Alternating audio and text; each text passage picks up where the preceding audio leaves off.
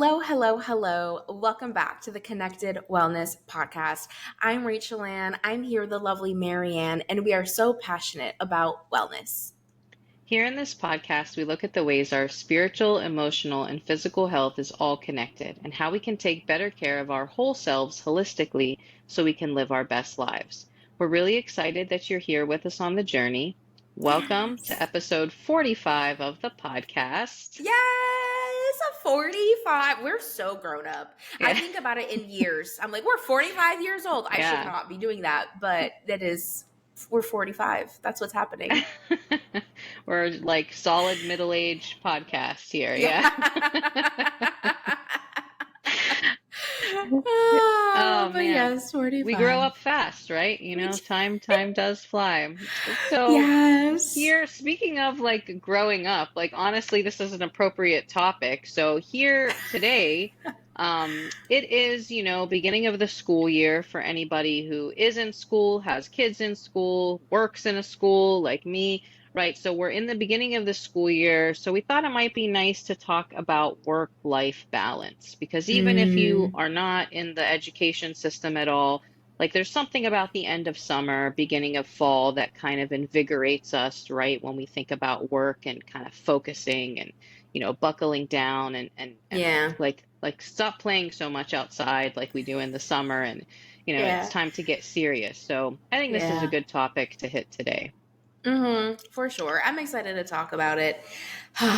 Work life balance. Yeah, it's going to be interesting because like you work pretty much in the home, right? As an Mm-hmm. entrepreneur, I work out of the home. So there's something different, for remote workers versus people in the office too. Like there's a Mm-hmm. lot, to Mm. think about with work-life balance here.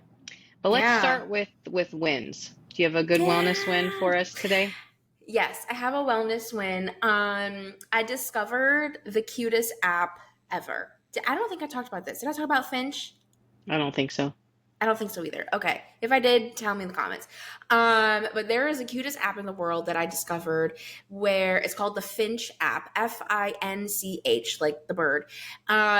If you are somebody that is really into like self care, if you have some mental health stuff going on, if you're somebody that just needs external motivation to do some things, Finch app is your friend. Also, if you are in our generation and you remember things like Tamagotchis or Neopets, then you're going to especially love Finch. So basically, it's an app where it's called a burb, but it's essentially like a tiny little bird and it will grow up. And the way that it grows up and goes on adventures and discovers new things is that whenever you complete a goal, it will give your burb energy to then do whatever it is that it wants to do and to grow. And it is so cute. I just want to scream. My burb, her name is Waffles, and she's not a baby anymore. I think but she's not a full on child. Yeah, I think she's what's in between. Is it toddler? Toddler. Toddler.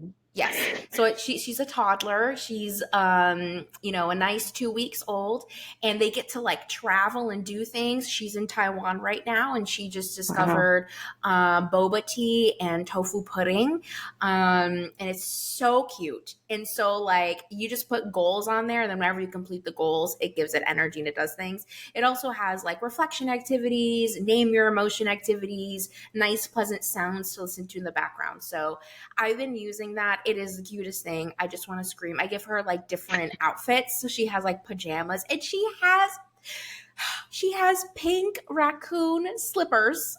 Oh my gosh. Tell me that's not the cutest thing for That's Waffles. Did you name her Waffles or did the app name Yes. her? You Yeah, named her? she. So Yes, I that's can. very cute. I. They give you options, and then you can make your own. And one of them was waffles, and I was like, she looks like a waffles. She's gonna be a waffles.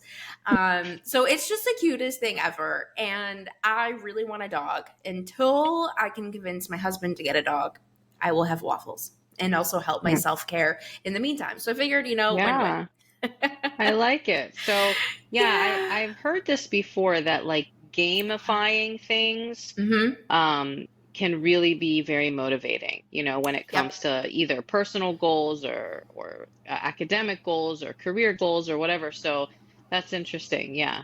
Yeah, yeah. You make goals literally about anything under the sun. And it's just so cute that I'm like, I want Waffles to win. So yes, I'm gonna fold my laundry just so that she Yeah. can go explore more Taiwan today. These are thoughts that I have. So that's my Yeah. wellness win. That's fun. I like it. I like Yeah. it. I'll link it below. I don't they're Yeah. not they should sponsor me, but Yeah. I'll put the link below. Oh, and we can be friends. You can have friends with other people and you have like a tree house. It's so A elaborate tree and you house. like can Wow. design their home. Yes. So Waffles has 3 plants. And it's very very aesthetically pleasing. Wow. Yep. Wow. I feel like that could really suck you in. You could go all kinds of places with your birdie. Yeah. Or Yeah, burb. yes Burb? and no. Burb. Yeah. BIRB. I know it's very silly. Yeah. So you can kind of get sucked in if you're like always like chatting with other people in the Mm. treehouse. But also like she goes on adventures and that's like 5 hours later. She will then come back from the adventure and you can interact with her. So it's minimal interaction, which I think Yeah. is helpful because it's like do the thing to give her energy so she can do the thing and then come back in a few hours. Yeah. But Yeah. some people are like really really really into it, and I think that's like another way to go about it. Yeah. Sounds Yeah. fun. Well, nice. Thanks, Yeah, thanks for sharing about your burb. you're so Waffles. welcome. We'll inquire Waffles. next time how Waffles is doing if she's reached Yeah. like adolescence yet. Yeah. I'm trying. They grow up so fast. You know, last week she was a baby and now Yeah. she's a toddler on a plane to Taiwan. So Wow. I Wow. just I can't. It's Yeah. amazing. Yep. How about you, married to the Anne? Mine is not nearly as cute or exciting at all, but so I know I've talked about like my neck issues before, and like Mm. one time one of my wellness win was like I found stretches that were helping. Well, I Mm. have like definitely relapsed, and no matter what I was Uh, doing, nothing was helping. I was waking up with headaches daily because of the tension in my neck. So I was like, that's it. I need to do something. I need help, right, from a professional. So I made an appointment with a physical therapist. Again, like this is my mm. second time like attempting physical therapy. I may have said Mm. before, I didn't really have the patience for it. But I have vowed to be a very compliant patient this time. And I didn't just find the first physical therapist on my insurance website. I like Mm. looked for someone with really good reviews. I had one visit so far. So I'm really hoping that this helps because, yeah, I just really need to get to the bottom of this and get a little Mm. bit of relief. Yeah, and stop popping so Yeah. many NSAIDs for like the pain, the Aleve, and it's just like it's not good to like constantly be taking these medications. So yeah, I'm Yeah. hoping that this helps. Yeah. Yeah. It sounds like you should download the Finch app so that you're motivated to do your I was exercises, just thinking you that. I was like, know? oh, I bet like Yeah. my burb could like go all over the world if I did my PT exercises, like For me, I do have that as a goal. yeah. I have to do my physical therapy exercises every other day. And so I put it in my schedule every other day. And Waffles is happy when I do my physical Yeah. therapy. I So, love it. Yeah. you Yeah. know, If I need some extra motivation, I'll definitely get myself a burb. Yeah. yeah. Mm. I I just really love like that. saying that word clearly, burb. Burp. It's Yeah. fun. It is very fun. But also, I'm proud of you. I'm proud of you Thank that you you. were like, fine, I will go back to physical therapy and I will be a really good patient. I'm going to see this through because you deserve Yeah. that. You Yeah. deserve pain free in your neck area. Yeah. Yeah. Like it's funny, you were telling me earlier that I am adaptable and, have good coping mechanisms, but I don't think we should always have to just accept things the way that they are, right? Like things can Mm, be better. Sometimes yep. there is nothing you could do about your Right. situation, right? But if there is something I can do, I want to do it. Yeah, I don't want to Yeah. just like, yeah, live in pain all the time. So, yeah, that's Yeah. my what I'm going to call my win. So let's stay tuned about waffles and my neck next time. Let's get a Yes. follow-up and see how things are going. Yeah. Okay. That sounds good. Yeah. All right. So, work-life balance. We hear this Yes. phrase quite a bit. What does work-life balance mean to you in a nutshell, Rachel? So work-life balance to me basically means how we can make sure that work is not taking over too much of the other aspects of our life. How we can make sure we're still doing good work, but also make sure that we have balance. So we're engaging in hobbies in our social communities, in our alone time, in physical therapy and health exercises, stuff like that. So essentially to help avoid overworking. So that's how I Mm-hmm. understand it. I have like Yeah. a with the term, which we can get into a little bit later, but in a nutshell, that's what I think it Yeah. means. Well, I'm curious why the I didn't make the exact same noise as you, but is I it like your because I rendition of it. because I did hear something about this that like when we think about balance, right? We think of like a balance where there's two completely separate sides that have like no mm, overlap, but that's really not the case with work and mm, life. Like work is a part of our life. Like we mm-hmm. cannot have it be completely separate. And I've heard of the term as opposed to balance, integration. Work-life Mm. integration may be Yep. better way of conceptualizing this, because obviously there's overlap between my home life and my work life, my personal life, my spiritual life, my, all of the parts of our lives are all really overlapping. And I guess Yeah. it's about making sure that the work part doesn't take up too much space, right? So if we Yeah. think about do you remember Venn diagrams? Mm-hmm. Yeah, like Mm-hmm. that it's not a circle that's overtaking all of the other circles, right? But Yep. that there's overlap and that's totally okay. It's a part of our life.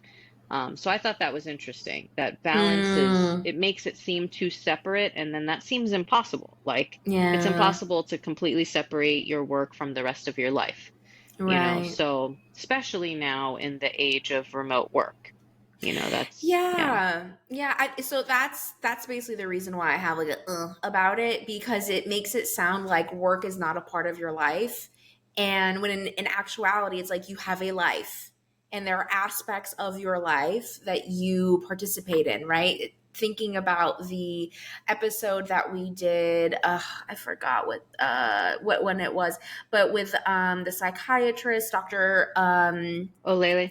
Yes. Thank you so much for having better memory than me. He talked about the 8 dimensions of wellness. And so we tend to think about work as separate from our life. But in actuality, when we think about it with a healthy and accurate mindset, we have life and we have many aspects to it. And Yeah. so we want to make sure we're tuning into that. It also work life balance, it also does have this pressure of focusing most of your identity on work, and the rest of your identity that has to do with your life is just not as important.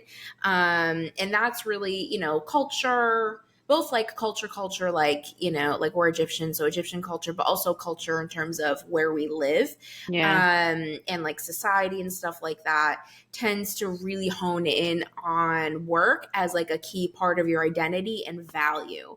And so when Mm-hmm. we say work life balance, it makes it sound like your importance is based on one thing and therefore the rest of the other thing is not as important. So if you have a really prestigious job, then that'll tell me the rest of your what you do about the rest of your life. But in Yeah. actuality, we are a complete whole person. So if you have a really prestigious job, that's great. But you still could be really stressed out about your finances, even if you're a millionaire, right? So it allows for individuality and gray area, when a lot of aspects of our society does not allow for that. Yeah. So that's my Yeah. little 5-second rant on work life balance, but more so the term I use is work life integration. Yeah. Yeah, I think the individuality component is really important because what might feel balanced or healthy to somebody does not feel balanced or healthy to you. Like it's very Yeah. different. Everyone has different needs. Everyone's work takes something different out of them. You know what I mean? Mm-hmm. And we all get kind of different levels of fulfillment from our work. Yeah. So, like, if I get more fulfillment from my work than somebody else, like, I may be willing to spend more of my time and energy in my work because I really enjoy it and I find it Yeah. very fulfilling. And as long as it doesn't lead me to any unhealthy behaviors or anything like that, then that's okay, right? If that's what Yeah. works for me. But for somebody else who is just literally working the job they're working because of the paycheck, that's a different feeling to have the Yeah. work-life balance, and we've talked about, like you said, the dimensions of wellness, and that person needs to find a different way of being fulfilled, right? Even if it's not in Yeah. their job. I think we talked about that in the purpose episode. I remember Mm. that your purpose doesn't have to be your job. It can be something else. But Mm-hmm. yeah, so I thought that was interesting because you might look at somebody else's life and be like, that's so out of balance, but everybody is Mm-hmm. different. Yeah, what works for somebody may not work for you. And I actually learned that the hard way. The 9 to 5, go into an office. Who no. And that it never really worked for me, but I was like forced into it because of the jobs that I really wanted to pursue. It was in like the 9 to 5, you have to go into the office. But it wasn't until 2020 happened and I was working from home. But also when I started my coaching business, I was like, oh, I actually really love this idea of like Hmm. being an entrepreneur. I can set my own hours, I have flexibility in my day. And then it was when I went back in the office. So then I was working my 9 to 5 and then also still an entrepreneur. I was like, if I could pick one, I would pick the entrepreneur one. And I'm very grateful that I have been able to do that, right? Not everybody can make that pivot into entrepreneurship. Hmm. And so like even with that, like the energy that it takes as a life coach, as somebody who's sitting there and listening pretty much all the time and being emotionally present and physically present is really tiring. So that means I can only see X number of clients a day. That means that I have to cap my caseload at a certain time, or at a certain number. Hmm. So, but that's what it looks like for me. I know life coaches who are booked from 9 to 5 and they think it's the greatest thing ever. And I'm like, I love that for you. I can't do that. And Hmm. so Yeah. I just have learned to be okay with that and understand that, yeah, my finances will look lower because I am seeing less clients, but I'm still able to meet all of my needs and then some. And I'm very grateful for that. So it's also another thing. Everybody has different needs. Everybody has Hmm. different desires of why they go into work, which also impacts their work-life balance. If you're trying to pay off debt, if you haven't had the opportunity to explore a career that you really like and you just kind of fell into something and you have such a high financial need, you're Yeah. not really looking for fulfillment. Work life balance is not really something you're thinking about because your circumstances require you to just be so into your job all the time. Yeah. So it's very complex. It's definitely not like a one size fits all type of Yeah. situation. But I don't think we should look at work-life balance as a luxury. Like I know that some Mm, people, like you said, that based on their need, they have no choice but to work, even if it's not their passion or if it's not ideal. But even in that case, if you're working a 9 to 5 and it's, you have to work hard, and it's not a job that you like, I think there are still things we can do to find a balance because if we don't, that's when we get burnout. mm, And when you're burnt out, you're not going to be able to continue doing what you're doing, right? Or you're going to mm, feel those effects in your physical health and your mental health. I've seen that so much. It's happened to me 100%, and I've seen it with other people. So yeah. like we really owe it to ourselves to take some time to find the right balance. Like even if the situation, the circumstances are not ideal, I think there are things that we can do to set some boundaries, right? That, Mm, delineate, that protect a little bit of, your other priorities, of your health, of things that don't allow work to overtake everything or to take the best of your energy, right? I think that's kind of the mm, problem too. Like it takes all of your mm, energy, and then when you're home, you're like so tired you can't do any of the things you really want to do. You can barely do yeah. what you have to do, let alone the things that bring you joy. Yeah. So, yeah, I guess like maybe let's talk about what are some of these things that we can do that Hmm. can protect a little bit of that for us? Yeah, I think I want to mention I want to talk a little bit about something you said and then I promise I will answer the question because you brought up a really good point, which is something that's very common that I see that I was like this, and sometimes still do fall into this occasionally, and also just other people that I know, is that you go to work, you give your best energy to work, and then you come home and you don't have anything for your spouse, for your family, for your friends, for whatever your Hmm. after work life looks like. And if we think about this from like a biblical perspective, there's this concept called the theology of work, which is very interesting. Look it up. Super cool. I don't know who created the idea. But basically the idea of the theology of work is to explore like what is God's plan for people to work? Like, how does he want us to approach work? And as we start to uncover that, we realize that, oh, our identity is from God. It is not from our work. And so the way that we treat people, whether they're prestigious profession or not, it should still be with much value and much respect. The way that we prioritize our time, yes, work is important and we want to make sure we do our work with excellence, because that's a way we can glorify God, is by sharing our gifts and our skills with other Hmm. people to add good into the world. And also knowing that we want to make sure that we are giving our good skills and energy to outside of work as well, to our communities, to our families, to volunteering organizations, to relaxing, things of that nature, physical workouts and, physical therapy. Hmm. Um, so it's just very interesting, and it really highlights Sabbath. And so that's something that really convicted me, is that if we actually Sabbath more, we will likely be able to engage in work the way that God designed us to engage in work.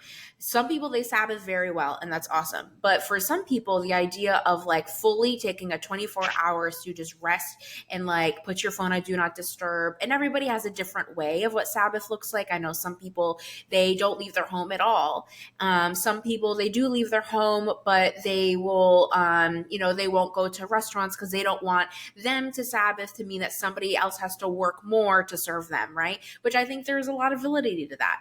So whatever that serious Sabbath looks like, that can allow you, engaging in that can allow you to then be the type of employee that doesn't get burnt out, that does have energy for their family when they get home. Because the idea of just giving your best to people outside of your family is very much not with the Bible. The Bible is very clear, right? You love God, and then it's your family, it's your spouse, your kids, whatever your family life really looks like in that way. So that's something that I was thinking about when you were talking about giving our energy. And then Hmm. in terms of, oh man, did I lose the question? What's a way for us to keep balance? Yeah, like how do we kind of Mm, protect these boundaries so that work doesn't seep into like all aspects of our life, mm, you know? Yeah. mm, hmm. That's real. So some things that I have seen and that I do and that I promote is setting boundaries around your work time. So, for example, if you are supposed to end work at 5, then you are to end work at 5. If there is an emergency, obviously you have to do what you need to do.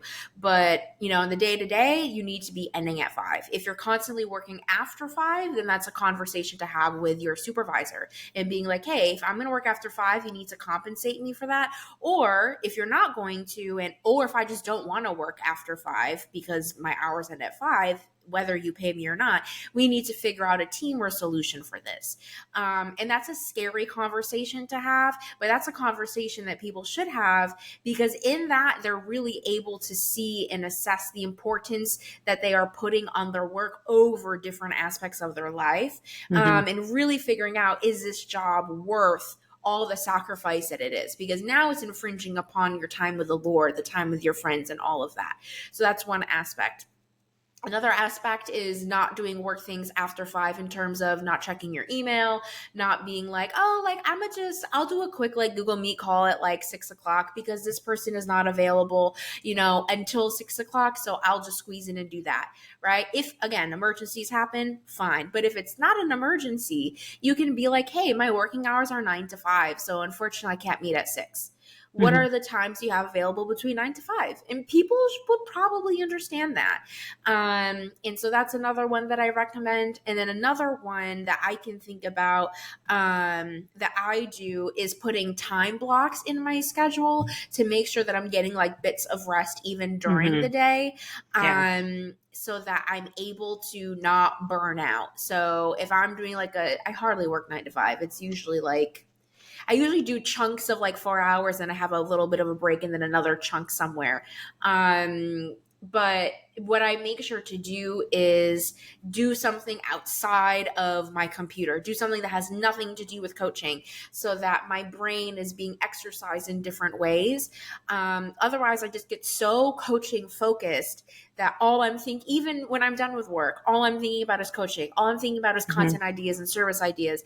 And that's taking me away from being present with people that I care about. So it's a reminder that I am more than my job. So those are I think those are the typical boundaries that I tend to recommend for people. How about for you? Well, the last thing you mentioned is interesting. So it's like a mental boundary or, an intellectual boundary that you don't want to be thinking about work all of the time, right? Mm-hmm. So one of the things, I have two things about that. One of the things I heard about, which is so interesting. So again, I am not a remote worker. I have to physically go to work every day, right? But I'm so those sorry. people, no, it's fine. It is Just what it kidding. is. But the people who do remote work, this is a harder thing to do because you live and you work in the same space. And unless Yep. you're super blessed with a huge house and a beautiful home office, like that Mm-hmm. space even overlaps, like with maybe if you're Yep. working in the kitchen or, in the living room or whatever. So something I heard that I thought was such a great idea is that one of the benefits of working outside of the home is that you have a commute. And you Mm-hmm. might think that the commute sucks, right? Like, I don't want to have a commute, but there are so many benefits to having a commute, both on the way to work and on the way back. And that's having a very clear delineation, right? Here I'm at home, I was having breakfast with my husband. Now I'm physically going somewhere and I'm going to work. And now my Yep. brain is transitioning, right? On the way to work, I'm thinking, oh, okay, my first class is this, and this is what I'm going to cover. And then I have to make sure I grade these tests and, whatever it is, I'm thinking about my workday on the way to work, right? And then on Mm-hmm. the way home from work, you are like decompressing from the workday. I had this Mm-hmm. difficult thing I had to deal with, and then, oh yeah, tomorrow I'm going to want to make sure I do this, and then transitioning, oh, so for dinner I'm going to make this, and then I want to talk about this, with Chris, or make these plans. So you have this time built in that you can transition mentally from home to work and then back from work to home. But Yeah. when you work from home, at home, in your living space, you don't have that. So I heard this idea of a fake commute. Have you heard that before? Yeah. I Of like have. Yeah. giving yourself a pretend commute, whether Yep. it's like literally going outside, And then like, if you are able, yeah, like going outside and like taking a walk around the block and then going back inside, or whether it's like just sitting for 5 minutes on the couch, maybe listening to music like you would in the car, yep. just giving yourself some kind of ritual at the beginning of your workday and at the end of your workday to signal, okay, now I'm going to go from home to work, and then now I'm going to go from work to home. I thought that was interesting, Yeah. and people say that it's very impactful. Like you can think, well, Yeah. what's 5 minutes, but like our Mm. brains kind of crave that compartmentalization, that like distinction between these two times. Yeah, for sure. I'll say this super fast because I don't want you to forget the second thing you were going to say. Um, so I think what is so interesting about that is you are really pointing out that our brains create associations. So for me, for example, my routine is that this thing here is a backdrop. It's a room divider that I got on the interwebs, and so whenever I start work, it's usually up against the wall, and I'm like, okay, Rachel, we are starting work. And so I'm putting it up, I'm making sure it looks good, and I'm like, okay, that's up. Let me turn Hmm. on the computer. While the computer's turning on, now I'm gonna go get my water. So those are the things that's telling my brain, like, oh, Rachel, we're starting to get to work. A big thing is changing your clothes. Mm, I love to feel comfortable. I am a type of girl. So yes, I will be in sweatpants, but it's not going to be in the pajama pants that I wore the night before, Hmm. right? I'm going to put on some earrings. I'm not a big makeup girly, so I don't really care about that. But if you're someone who wears makeup, it's putting on makeup. So those things are signaling to your brain that we are transitioning from one thing to another. So yes, those 5 minutes of just sitting on the couch and listening to music like you would in the car, it's letting the brain know, okay, we are preparing to get into work mode. And then when I'm done with work, I'm like, okay, I close the laptop and then I put the this backdrop away, and then I'm like, okay, now I'm like Rachel the wife, or I'm Rachel Hmm. the whatever it is. So there's a lot of science behind Hmm. those strategies that you mentioned, and even like not using that area of your home for anything else besides work. That's something that we all try to do. If you live in New York, you just do the best that you can, girl, because our apartments are not exactly humongous. But Yeah. yeah, I think those are really great things. Yeah. I thought it was really interesting. The second one I was thinking of, so we said like mentally kind of separating yourself from work when you're not at work, which is sometimes Mm-hmm. hard. Sometimes things are on your mind, if especially if it's something difficult that you're dealing with.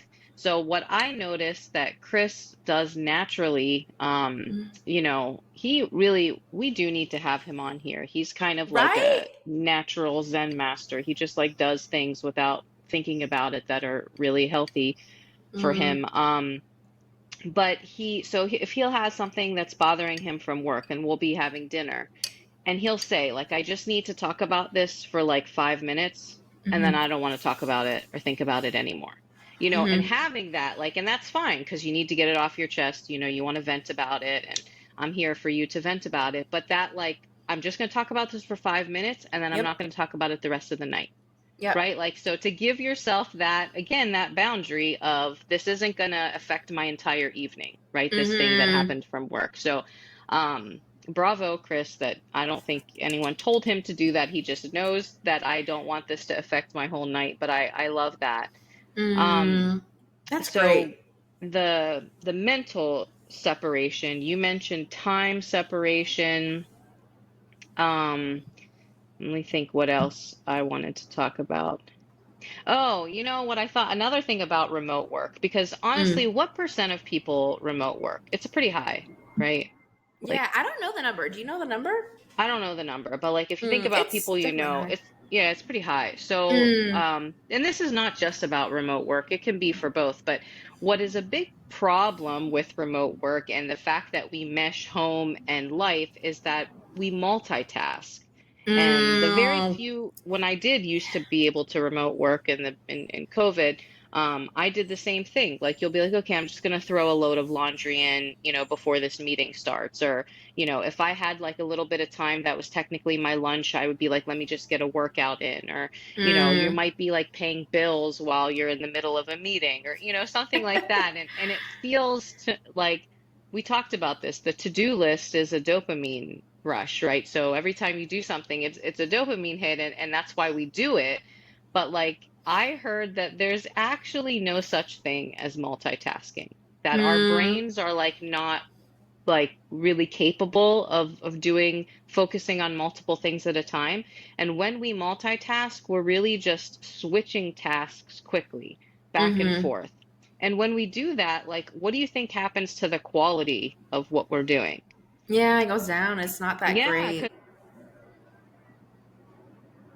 Mm-hmm.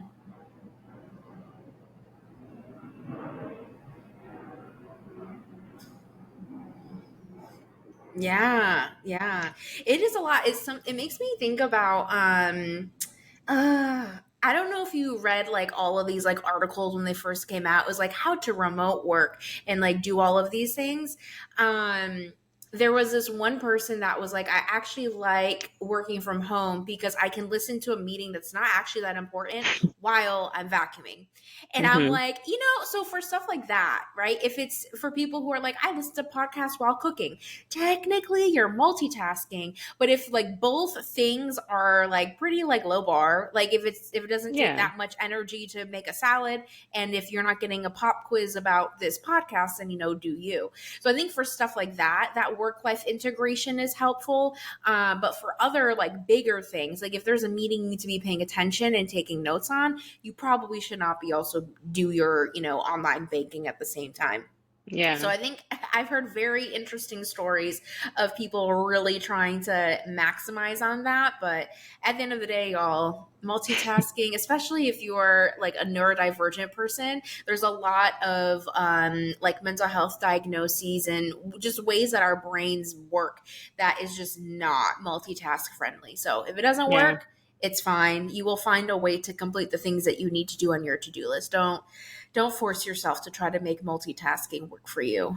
Yeah. Yeah, I heard it's actually really bad for like short-term memory, and it's just like bad for Mm, our brain. And I could see that because I feel like if I've spent a long time like jumping from this to this to this to this, all of a sudden I'm like, wait, what am I supposed to be doing? Or what was I yeah. doing a minute ago? Like it's bad for your memory. And I don't think that's because I'm getting old. Like I think Yeah. I think it's the act of like jumping all around and, switching your attention from here to there. Um, Yeah. that's a problem. But okay, I'm sorry. I have something else to say, and then maybe Yeah. we can wrap it up. Is that okay? Yeah. Say everything. Okay, so I was thinking about this too. Like, um, why is it sometimes so hard to place the boundaries? Like, for example, for me, Mm, if I get an email, in the evening and it's something that I can like do, I just kind of want to do it right away. And mm, why is that? Because I hate the idea of something looming, right? So I don't want to have to put it on tomorrow's to-do list if I can just do it right now. And I think that for me personally is a problem I have with balance in general, not just with work mm, life, is mm. that like I like to get things done. Is it the dopamine? I don't know, but I just hate things like that I still have to do this, I still have to do that. Like if I can get it done, I want to get it done and I don't want to have to think about it. So I don't know if Yeah. anyone else has that kind of problem or what the antidote to that is, but like you know what I mean? That I just want to get things done and not have to think about it. Yeah, that's real. For me, what I typically recommend people do in that situation, because lots of people have that thought process that you just mentioned, but it does, even though it's like 2 seconds, it does take away from like the family time, the dinner with your friends, whatever it is. And so, one, shut off the notifications on your email, Mm, on your phone, or whatever it is that you're checking. Like, do not check it after that time, and eliminate opportunities for you to be reminded and notified about your work emails after hours. And then two, a way that I think about it, because I used to do this a lot, I'm like, wow, this is a really easy task. I think we spoke about this. We love to just cross off things on our to do list. And I'm like, I could do it now, but I would get more joy if I put this on my to do list tomorrow and it's easy. So I literally cross will off. put it on, I'll do it very quickly, and then I get to cross it off. That is so much more satisfying than me just doing it right now. So that's something that we also try to challenge ourselves to think of it that way, Hmm. that this is an opportunity for tomorrow to be an even better day, and you are potentially robbing yourself of that additional dopamine rush if you do it now, at the expense of disrupting your family time. So yeah, So that's a happy nudge. tech question. Is it Mm. possible to set that I do not get notifications from Outlook after 5 p.m. on my phone? Like, can I set a time thing for that? You know what I mean? For that one specific, for like that app specifically. Yeah, because like my work emails are Outlook. So could I like not see that? I don't know. Is that a thing? Because that would be very helpful. Probably. I mean, I'm an Apple girly, so I Yeah, don't know I about know. these Android business. But I know on Apple you can put apps on like do not disturb, so that if you click on it after a certain time, it'll be like, hey, like there's a time limit on this, and you've reached your time limit, and then it'll be like, okay, let me use it for a minute, let me use it for 15 minutes, let me use it for like the rest of the day. I Hmm. have a hunch if you do an Apple, I have a hunch you do it with Droid, and basically just like telling the phone, don't let this app be accessible, put it on do not disturb At this from time. this time onwards. If you can't do it automatically, then I would say put in a reminder on your phone to just do it manually. So like part of your leaving the office routine Mm-hmm. Mm-hmm. is taking out your phone and being like, okay, I'm putting it on do not disturb for the rest of the evening. And then in the morning, part of your getting to work routine is getting out your phone and saying, okay, disturb me now. Yeah. So that's what I have a hunch Interesting. Yeah. you Yeah, could I'll do have to look something into like that. that. If anybody knows, please share with us because that's a Yeah. good one. Like for the work emails, I mean, what percent of the time are they actual emergencies that can't wait until business hours?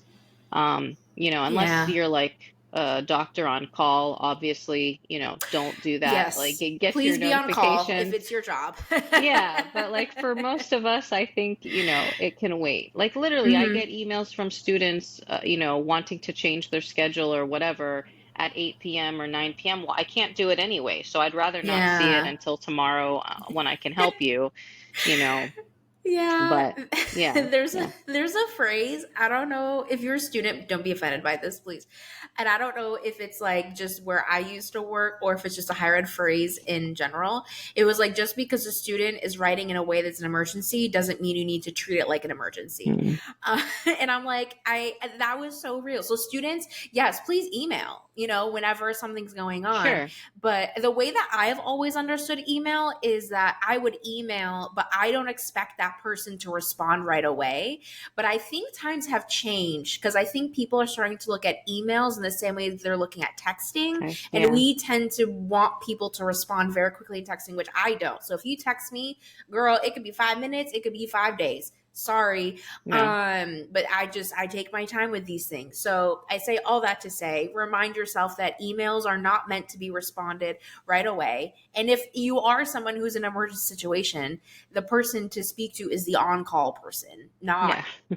you. Not an email. Yeah. Yeah. Yeah, I mean, I think the reason we expect it to be quick is because it is now in our hands. Yep. Before to get email, you used to have to go onto a laptop or a computer, Mm-hmm. totally aging ourselves here. But now, like, you don't need, like, everyone's email, that's why it pops up like a notification, just Yep. like a text. And there are Yeah. multiple on my screen right now as we speak, so yeah, it's interesting, but I think it's just something to think about. If I can close with one thing, Mm, it would be maybe to just like think about your priorities, and your values, and if your time and energy expenditure is not lining up with what you mm, feel is most important, then perhaps something needs to change, and you need to, mm. establish some boundaries to protect your balance a little bit. Yeah. Yeah. And I think people hear that and they're like, oh my God, that means I need to leave my job. A lot of times it's a conversation. Mhm. If you are somebody with a mental health diagnosis, you can ask for accommodations. And one of those accommodations can be like, hey, working 9 to 5 actually doesn't work for me. Can I do 9 to 1 and then 3 to 7 or something like that? And a lot of the times the places don't care when you get it done. They just want it to get done, Mhm. So there's many different ways to go about creating those boundaries. I have a similar takeaway of just like me thinking about specifically the routine that I have in coming into work and then leaving work. Um, it's just making sure that it's my brain is like, yeah, girl, we're going into work instead of Mhm. being like, okay, well, let me just like sleep for 5 more minutes and then this and then this and then this. But we would really love to hear from you about what does work-life balance mean to you? Is there something that you want to do to adjust your work-life balance? If so, welcome to the club, my friend. Ain't no shame. Okay. We're all here just trying to figure it out. Maren and I do not speak from expertise. We speak from trying to figure it out. So that's why we always say thank you for being on the journey with us because it Mhm. is a journey. In the show notes, we will put in the Finch app because it is so awesome. And we'll also put in the episode that we did with Dr. Olele about the 8 dimensions of wellness. You can go ahead and check that out. We would love to hear from y'all about topics that you want to see, things that you're thinking about. You can email us us at connectedwellnesspodcast@gmail.com, or you can DM us on Instagram at Connected Wellness Podcast, or you can DM us on Facebook at Connected Wellness Podcast. If you want to reach out to Marianne specifically, you can reach out to her on Instagram at Waba Saba. If you want to reach out to me on Instagram, I'm at Real with Rachel Ann. All of that will be down in the show notes below. We're so excited that you came to join us for 45. And I'll hand it over to Mary to the Ann. I don't know why I call you that now, but it just sounds like fun. So I don't we'll mind. hand it over to, yeah, okay. As long as you don't mind. We'll hand it over to Mary to the Ann.